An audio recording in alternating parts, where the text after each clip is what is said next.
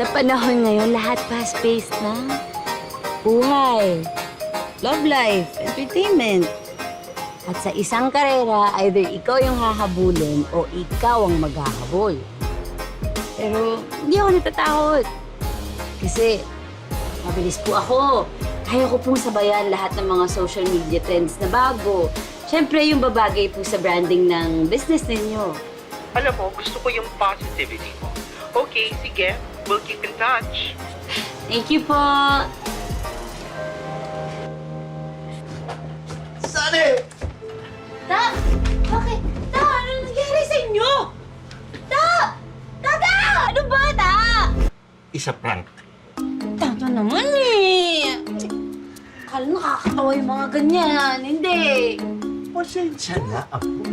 Nakakaadi kasing panoorin itong mga vlog ng mga kabataan ngayon. Diyan nyo nakukuha yan sa mga vlog-vlog na yan. Kakanood nyo.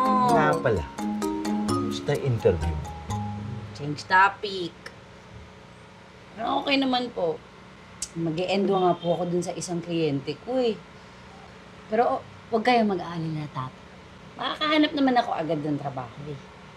Alam mo po, may nakita akong opening para sa'yo. Naalala mo yung paborito kong vlogger na si Gab TV? Panoorin mo to. Oo nga pala guys, naghahanap po ako ng bagong social media manager na magmamanage at mag-iisip ng mga captions ko sa post ko. Ayan. Kung ikaw na yan at interesado ka, tingin mo lang sa page ko at makikita mo ng detalye dyan at sana makasama ka na. Di po ba mayabang yan, Ta? Di ba sumikat lang naman yan dahil pinagpo-post niya online yung mga mahalin niyang kotse? Pinost niya yun para mag-inspire.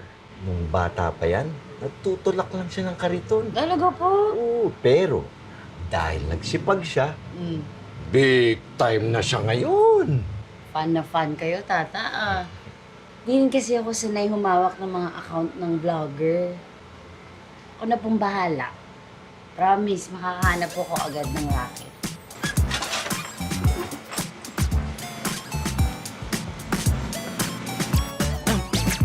Boy, napanood mo na tong bagong vlog ni Gab TV. Pinak na si Harvey. Love trip. Di ba, pre? Panood nga. Oh, may nagpapahiwatig ah. Kung gusto ng universe na makatrabaho ko si Gab, dapat may malinaw na sign.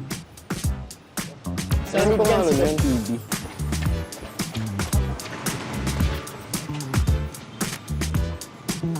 Lo, sobrang literal naman.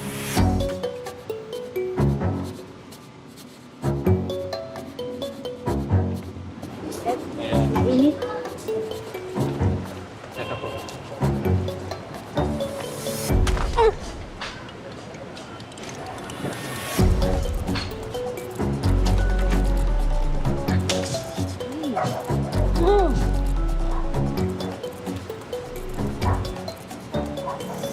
Ta!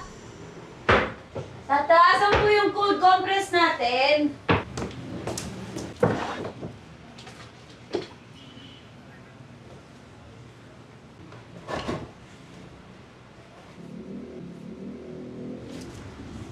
Ano yun na po? Ano po itong mga resetang to? Nung isang buwan pa to. Ba't hindi niyo po ito pinakita sa akin? Ayoko nang maging pabigat sa'yo. Ikaw na nga itong bumubuhay sa akin magmula nung ma-stroke ako. Simula nung mawala si Mama at Papa, kayo na po yung nag-alaga sa akin. Maghihigit 10 taon na yun, Ta. Kaya kung ano pong sabihin ng doktor, gagawin po natin din ang paraan. Bibilhin natin kahit gaano pa po kamahal to.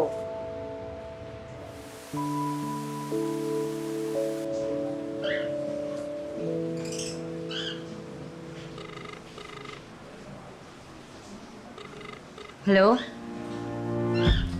Hiring ka pa?